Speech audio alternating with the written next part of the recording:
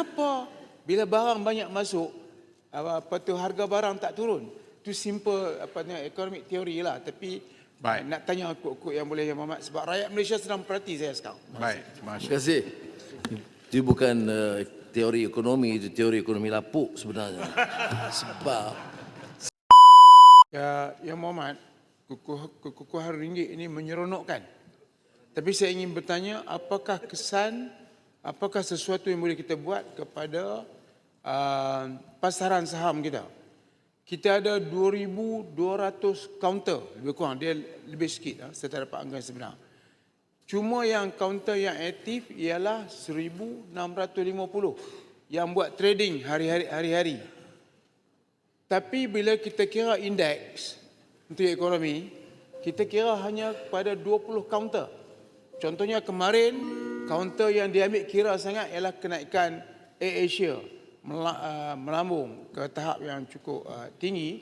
Bagi kaunter yang berharga RM1 lebih itu, dia naik sampai 2 hari, dia naik sampai ke 50%. Ini yang menyebabkan kaunter indeks kita naik. Indeks kita naik kemarin bagus, Alhamdulillah. Tapi apakah Yang Berhormat, kekukuhan ringgit ini mampu untuk menggerakkan kaunter yang tidak aktif? Daripada 2,200 tu tinggal 1,650. Dan apakah dengan ringgit ini kita mampu untuk mendapat lebih banyak barangan luar? Dulu dengan duit sikit kita beli barang sekian banyak. Sekarang ni duit banyak kita beli barang sikit. Sekarang ni duit sikit barang banyak. Kenapa bila barang banyak masuk, harga barang tak turun? Itu simple economic theory lah. Tapi nak tanya kod-kod yang boleh, Yang Berhormat, sebab rakyat Malaysia sedang perhati saya sekarang. Baik, terima terima kasih. Itu bukan teori ekonomi, itu teori ekonomi lapuk sebenarnya. Sebab Yang Berhormat, yang Berhormat tanya itu pasaran saham. Mana mungkin kerajaan dan juga sistem ekonomi sekarang campur tangan dalam urusan pasaran saham. Pasaran saham itu kukuh kerana dianggap bebas dan berintegriti. Sebaik sahaja kerajaan mulai campur tangan, maknanya sistem itu dikompromis. Itu yang pertama dari segi prinsipnya. Walaupun bagaimanapun dari segi makro, bagaimana kita boleh menjana pertumbuhan kegiatan, itu boleh diteruskan dengan keterbatasan yang sedia ada. Tapi secara umumnya pasaran saham itu dilihat dari keseluruhan, tidak pada setiap kaunter.